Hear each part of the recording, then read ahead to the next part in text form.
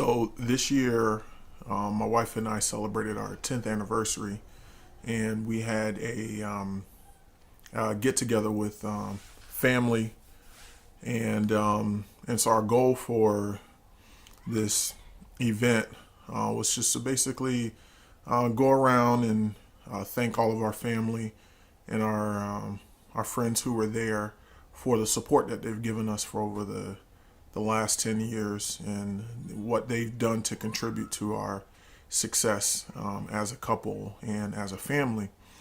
And so it was time for my dad to be talked about, I guess. And I began thinking about everything that we had went through, everything that he tried to teach me. And it wasn't until recently, and I would say within the last 2 to 3 years, that I began to realize really what God was doing throughout my life, throughout his life, throughout the life of my mom as well. And I began to realize that, God was really showing me what forgiveness and the power of forgiveness and that it has. Real quick story, just to kind of give you an idea of what I'm talking about.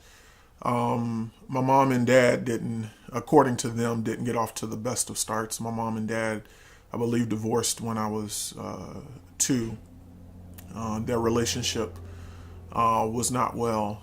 In fact, my dad was not very kind to my mom, and I didn't realize the impact that those first 2 years had on my mom until much later, and I began to understand all that my dad had did to my mom. And so as I grew up, I know my dad tried to be there. He was, really committed not to being that man who wasn't there for his kids. And I can say he was definitely there and he tried his best.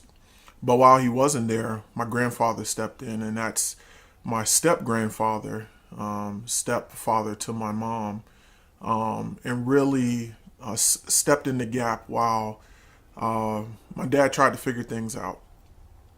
And while my dad was figuring things out, what I appreciate the most was that my mom nor my granddad spoke negatively about my dad. They didn't. They tried to encourage him. In trying to be a good father, but they never said that my dad was a nasty person or that he was good for nothing. I never ever heard that from them. In fact, them knowing what his downfalls were, they still tried to encourage him to be a good father to me. And more importantly, my mom began to model forgiveness. My mom would always say, "Listen, I've forgiven your dad for what he did, and I understand what he went through in his past, and that's why it's easy. It's easier. Not that the forgiveness part was easy, but it's easier for her to forgive him."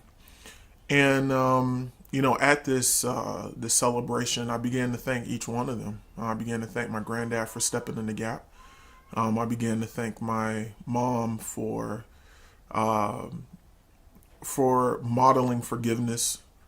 The forgiveness that she first exhibited to my dad helped me to forgive. The fact that my granddad understood that he was, and again, my step-granddad, understood that he was filling in the gap, but he wasn't taking the place of being my dad, really helped me to begin to reconcile my relationship with my dad. And again, we didn't have like a bad relationship, but I think anybody understands the dynamic that a father and son has or would have if they grew up in the same house whole from birth. That dynamic wasn't there. That bond wasn't originally there. So over the last 2 to 3 years, as I've tried to progress in my career, as I've tried to to progress as a family man. Um, I realize now how important the wisdom of my dad is, and I make it regular practice when I'm going through something or I need advice.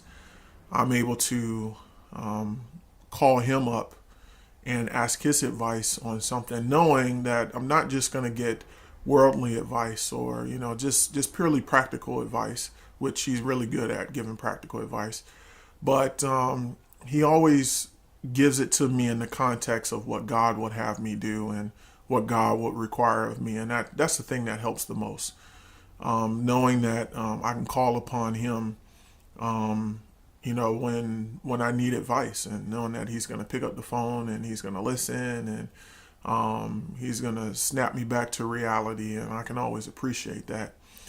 And none of that would be possible if the people who needed to stand in the gap didn't forgive first.